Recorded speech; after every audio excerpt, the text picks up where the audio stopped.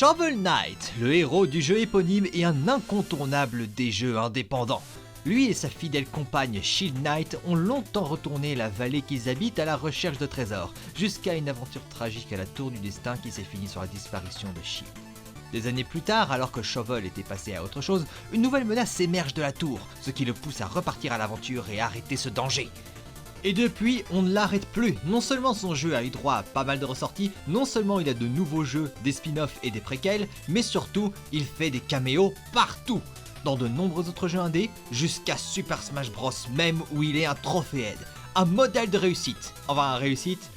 Apparemment, si on en croit l'état actuel de Yacht Club Games, c'est plus trop ça maintenant. Vraiment tragique.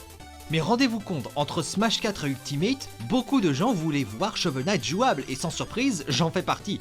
A vrai dire, je lui ai déjà consacré une vidéo de moveset. Mais j'y retourne et c'est pour apporter un peu d'ordre à ce premier essai qui au final je trouve est un peu brouillon. Et s'il y a en effet une chance non nulle que Yacht Club Games et Shovel Knight ne survivent pas, eh bien il est temps que je leur fasse honneur tout de suite. Voici ce que ça pourrait donner si Shovel Knight était jouable dans Super Smash Bros. Pour la deuxième fois. Pour son apparence, Shovel Knight a toujours eu le même design et de toute façon, il est parfait tel quel. Évidemment qu'il va servir et que c'est son design de base et qu'on va pas le modifier. En outre, pour ces skins, ces jeux nous offrent aussi des skins sur un plateau avec des armures de différentes couleurs et formes. Déjà, on a plusieurs des armures qui offrent des bonus spéciaux comme la garde finale, le manteau d'illusion, le mail dynamo et l'armure ornementale du premier Shovel Knight, l'armure verte du joueur 2 dans le mode coop de Shovel Knight Treasure Trove, une armure rose que l'on retrouve dans Shovel Knight Dig, et le dernier skin est un costume alternatif, son armure de baron que l'on peut débloquer grâce à l'amiibo Shovel Knight. Et son entrée sur le stage est basée sur les débuts de niveau de Shovel Knight Dig. En termes de gameplay par rapport au premier jet, s'il y a des différences dans les stats, elles sont vraiment très minimes, tout le reste est quasi identique. Il en va de même pour son style de jeu qui est assez simple, c'est un chevalier aventurier qui sait faire face à toutes les situations, il faut donc essayer de le rendre équilibré. En outre, son utilisation d'une épelle lui donne beaucoup d'attaques disjointes de moyenne portée avec lesquelles il peut faire front. Bref, un personnage simple, mais qui n'est pas sans subtilité ou surprise. Shovel Knight, le personnage mais surtout le jeu, rappelle beaucoup Megaman. En design, en level design, mais surtout en gameplay. Il a tout un arsenal de techniques et d'armes secondaires nommées reliques, et beaucoup trouvent que Shovel Knight devrait être conçu de la même façon. Le truc c'est que pour moi, on n'est pas encore au niveau où cette démarche a la même valeur que pour le robot. Surtout que chez Megaman, ça renforce son côté robot, colle à son lore, il était un robot domestique forcément pour combattre il ne peut compter que sur les armes qu'il a récupérées, mais surtout est un hommage à sa longue histoire et à son large héritage. Shovel Knight aura en effet plusieurs reliques disséminées de ci de là, mais pas autant que disons son moveset dans Ravens of Ether. Un bon modèle à prendre en exemple, mais je pense que pour Smash, il devrait être plus simplifié en comparaison. Voyons cela. Pour commencer avec ses attaques normales, on démarre sur les chapeaux de roue, car il n'a pas un, mais deux directs dépendant d'à quel point il est proche de l'adversaire quand il le fait. Par défaut, il a un direct en deux coups où il utilise sa pelle. Le premier coup est son attaque de base, tandis que le deuxième est le power-up du manche de charge. Petit détail d'ailleurs, dès que l'attaque touche un adversaire, ce dernier semble perdre des gemmes. Un détail ? Ou alors... En revanche, s'il est suffisamment près d'un adversaire, il utilise un deuxième direct en 3 coups où il le frappe avec une des premières reliques de ce moveset, les poings fouisseurs. Il enchaîne ainsi 3 coups de poing. Son attaque côté est une estoc vers l'avant avec son épelle. Pour la haut, il plante son épée dans le sol et il l'utilise pour sauter et donner un uppercut comme Megaman. Tandis que la bas est une réinterprétation d'un autre power-up, l'étinceleur. Il plante son épelle de toutes ses forces dans le sol, créant une onde de choc d'énergie à bout portant. Et enfin, son attaque rapide est une technique débloquable grâce à son amiibo, la Blink Dash. Je ne connais pas le nom français. Pour cette attaque de recouvrement, déjà quand il est à terre, il donne des coups d'estoc avec sa pelle devant lui et derrière lui, dans un ordre différent selon la direction vers laquelle on presse le joystick. Celle quand il se relève après avoir trébuché est un coup circulaire autour de lui, et celle quand il remonte d'un rebord est à nouveau un coup d'estoc. Pour les attaques Smash, de nouvelles reliques se manifestent. Pour la côté, il tente de transpercer quelqu'un avec la lance morph de Shovel Knight Dig. La hitbox est plutôt longue, mais elle a un sweet spot à sa pointe. Pour attaque Smash bas, il utilise la corne de guerre introduite dans Shovel Knight premier du nom, et qui revient dans Dig. Il souffle dedans et il crée une grosse onde de choc tout autour de lui, mais à contrario de la précédente, elle a un sweet spot à bout portant du corps. Quant à Attaque Smash haut, elle n'utilise pas une relique mais une technique de l'amiibo, le Bureau Bomber, sauf qu'elle est réorientée vers le haut comme font Banjo et Kazooie.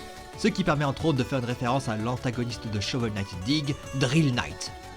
Aux attaques aériennes, la neutre voit le retour des poings fouisseurs. Il donne un coup de poing qui agit comme les coups de pied sautés à la Mario.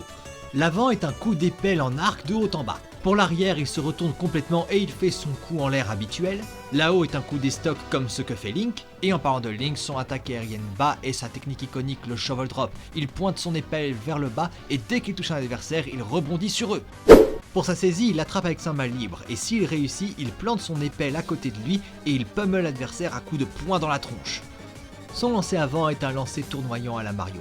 Pour l'arrière, il reprend sa pelle en main, la plante sous les pieds de l'adversaire pour ensuite le jeter derrière lui d'un coup de pelle avec la terre.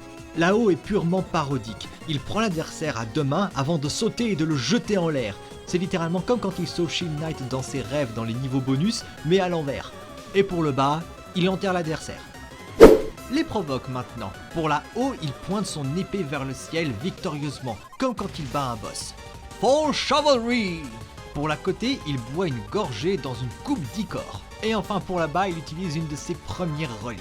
Il sort sa canne à pêche et il tente de pêcher. Sur terre, elle crée une légère secousse inoffensive. Elle a échoué. Mais si on l'a fait au rebord d'un stage, il pêchera un carpome qui lui fera la fête. Dernier détail, pour toutes ses esquives, il utilise une autre relique, l'amulette de phasage, ce qui le rend intangible pendant l'esquive. Attaquons maintenant les attaques spéciales qui utilisent toutes de ces reliques, du moins ce que je peux avec les jeux Shovel Knight actuels. Cela dit, c'est aussi là que le deuxième jet diffère le plus par rapport au précédent. Déjà, l'attaque spéciale standard, elle est quasi identique à celle de Sora. Shovel Knight a 3 reliques à disposition, chacune avec son propre fonctionnement, et quand il en utilise une, elle laisse la place à la suivante selon un ordre précis. La première est la baguette de feu, qui prolonge les comparaisons avec Sora. Appuyez sur B pour tirer une boule de feu de taille moyenne non affectée par la gravité et qui vole relativement lentement, mais brûle tout ce qu'elle touche, et disparaît au contact. Mais si on appuie plusieurs fois à la suite dans un laps de temps assez court, alors Shovel Knight peut en tirer plusieurs à la suite avant qu'elle ne soit remplacée par la relique suivante. À savoir la sphère du chaos. Telle les boules de feu de Mario, c'est une boule qui rebondit 3 fois avant de disparaître. Elle va donc ainsi plus loin, mais elle rebondit aussi plus haut et il peut en lancer 2 à la suite. A noter aussi qu'elles rebondissent de manière assez chaotique contre les différents types de parois. Enfin, l'encre de jet conclut son relais. Son plus puissant projectile, il a une grande trajectoire en cloche comme la hache des Belmont, mais il ne peut en tirer qu'une à la fois. Enfin, le joueur peut garder à l'œil quelle relique est équipée car elle est constamment affichée au-dessus de sa tête. Pour son attaque spéciale côté, il se met à piloter une relique véhicule, la Mecha Mobile. Figé dessus, il peut aussi bien attaquer que le quitter avec le bouton de saut. En revanche, il ne peut pas le contrôler, le véhicule avance toujours tout droit dans la direction vers laquelle Shovel Knight regardait quand il l'a invoqué. Enfin, comme dans le jeu, quand il arrive à un rebord, il saute automatiquement. L'attaque spéciale haut ressemble à beaucoup d'autres mais a des fonctionnements très différents et étranges en comparaison. Il utilise la dague hélico pour s'envoler dans une direction choisie avec le joystick, sauf qu'il ne peut le faire que sur les côtés et le haut, pas en diagonale, ni même strictement en bas. Aussi, il va légèrement plus haut que loin. Maintenant vient le plus gros morceau de ce moveset. Pour son attaque spéciale bas, il met à contribution son arme fétiche pour faire la chose la plus logique avec une pelle. Creuser. Avec chasse au trésor, en appuyant, il creuse le sol. Appuyez à répétition et il continue. En creusant, il déterre des gemmes qui remplissent un compteur affiché à côté de son portrait en bas de l'écran. Au bout d'un moment, il ne déterrera plus rien et aura besoin d'un long cooldown avant de pouvoir déterrer des trésors à nouveau. Heureusement, elle a tout de même une autre utilité. Un seul coup de pelle pour envoyer des projectiles ennemis comme il peut dans ces jeux. Tout ça c'est bien joli, mais à quoi servent les gemmes? Eh bien à acheter des ressources, pardi. À côté de son portrait en bas de l'écran, Shovel Knight a un compteur qui se remplit avec les coups des attaques normales faites à l'épelle et de l'attaque spéciale bas. C'est important car cette dernière a une deuxième fonction. Maintenez B enfoncé et au lieu de creuser, Shovel Knight invoque Chester le vendeur. Et comme dans Rivals of Aether, il lui vendra quelque chose. Sauf qu'ici la transaction est immédiate car il n'a qu'un seul produit, une jarre de mana. Avec cet objet, la relique de l'attaque spéciale standard équipée par Shovel Knight au moment où il fait la transaction deviendra sa seule relique par défaut pendant un petit moment, devenant plus puissante et efficace. Les boules de feu de la baguette rebondissent encore plus loin, la sphère du chaos va plus loin aussi, et l'encre de jet devient incroyablement forte. Mais c'est pas la seule relique disponible. Tandis qu'il a une relique fixe par défaut après Emplette, son attaque spéciale bas change aussi. Il sort de sa poche une dernière relique, la pièce d'alchimie. Il peut la lancer en appuyant sur A dans une direction choisie avec le joystick. Et dès qu'elle touche une surface, elle s'y colle et la parcourt, collant au relief de près. Elle n'est pas très puissante, mais son principal attrait est qu'elle crée des gemmes en touchant les adversaires, ainsi que des objets ou des projectiles plus faibles, les transformant. Pourquoi ce choix? pour empêcher Shovel Knight d'accumuler des gemmes trop vite pendant que son attaque spéciale bas neutre est fixe.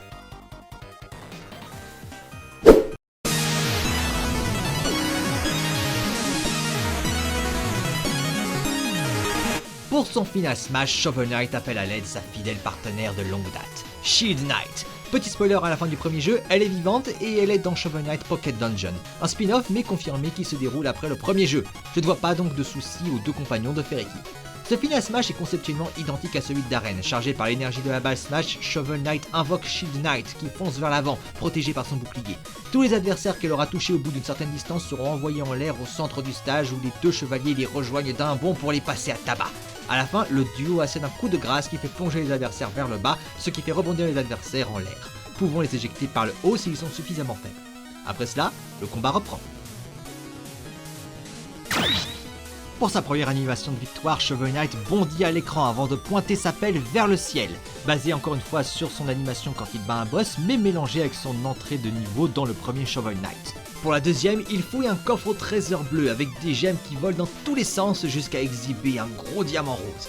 Et pour la troisième, on voit Shield Knight tomber du ciel, tandis que Shovel Knight saute pour la rattraper. Et au moment du contact, on a un fondu au blanc. Et quand le fondu cesse, on voit Shovel Knight dormir à un feu de camp, tandis que la nuit est tombée sur l'écran de victoire.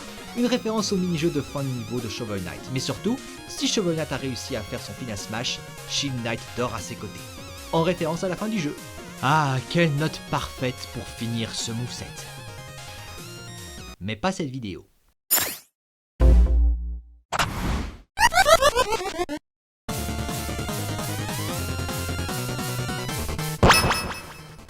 Et oui, je n'avais pas pour intention que de faire un remake, je vais aussi vous présenter un combattant écho pour ce concept, Black Knight, un vieux rival de Shovel Knight aussi détruit par la mort de Shield Knight, allant jusqu'à rejoindre les antagonistes du premier jeu, l'ordre des 100 quartiers, pour retrouver des informations sur sa disparition.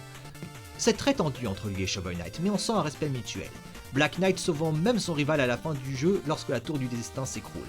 Et au vu de sa morphologie quasi similaire et son arme de prédilection identique, ils peuvent faire le parfait combattant écho du moveset. Voyons ce que ça pourrait donner. Comme pour Shovel Knight, le design de Black Knight peut servir directement de base pour Super Smash Bros. Quant à ses skills, ils sont basés sur ses couleurs alternatives du mode de jeu alternatif de Shovel Knight Showdown. Rien de transcendantal, mais on peut quand même noter les touches de couleur de ses skins vert et jaune qui rappellent les codes couleurs de Plague Knight ainsi que de Spectre Knight et King Knight, les personnages principaux des campagnes annexes de Shovel Knight. Et quant à son entrée sur le stage, il arrive au dos de son fameux destrier, Terror Pin. Niveau gameplay, Black Knight est presque identique à ce que j'ai fait avec Shovel Knight. Il a tout de même quelques petites différences. En plus de faire plus mal, il est plus lourd, il marche plus vite et il a une meilleure accélération aérienne, lui permettant de mieux se repositionner en l'air. Ce qui est important pour la suite. Par contre, en termes d'accroche de combattant écho, Black Knight est un Shovel Knight sans fioriture. Il n'a pas du tout la mécanique des gemmes, ce qui change radicalement son attaque spéciale standard et son attaque spéciale bas. Mais en dehors de ça, il n'y a pas grand chose de nouveau.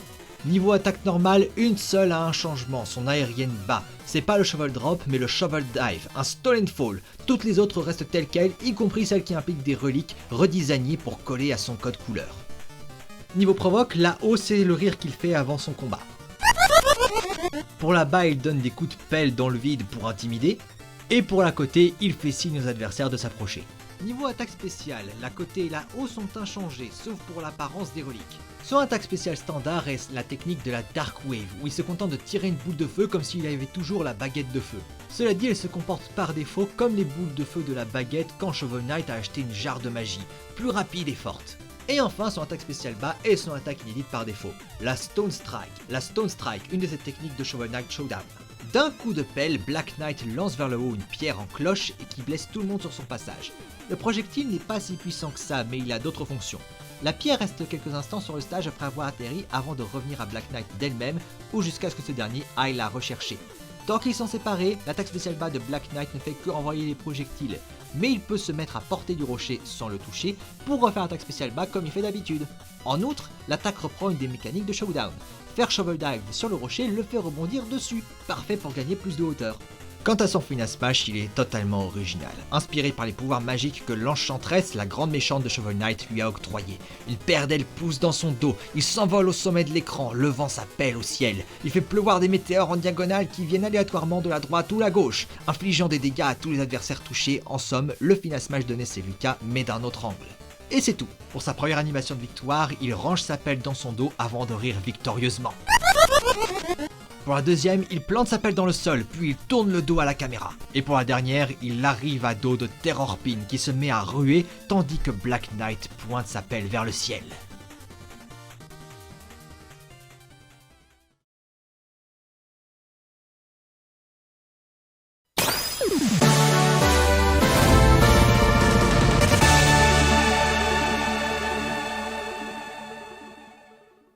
Et voilà ce que pourrait donner Shovel Knight jouable dans Smash, avec Black Knight en combattant Echo. Deux chevaliers équilibrés, l'un d'entre eux plein de ressources et l'autre qui va au plus direct. Shovel Knight n'avait pas besoin d'énormément de changements, mais je trouvais nécessaire de reparler de lui pour corriger ce que je considérais être de grosses erreurs dans mon premier essai. En outre, j'ai beaucoup aimé imaginer Black Knight en combattant Echo.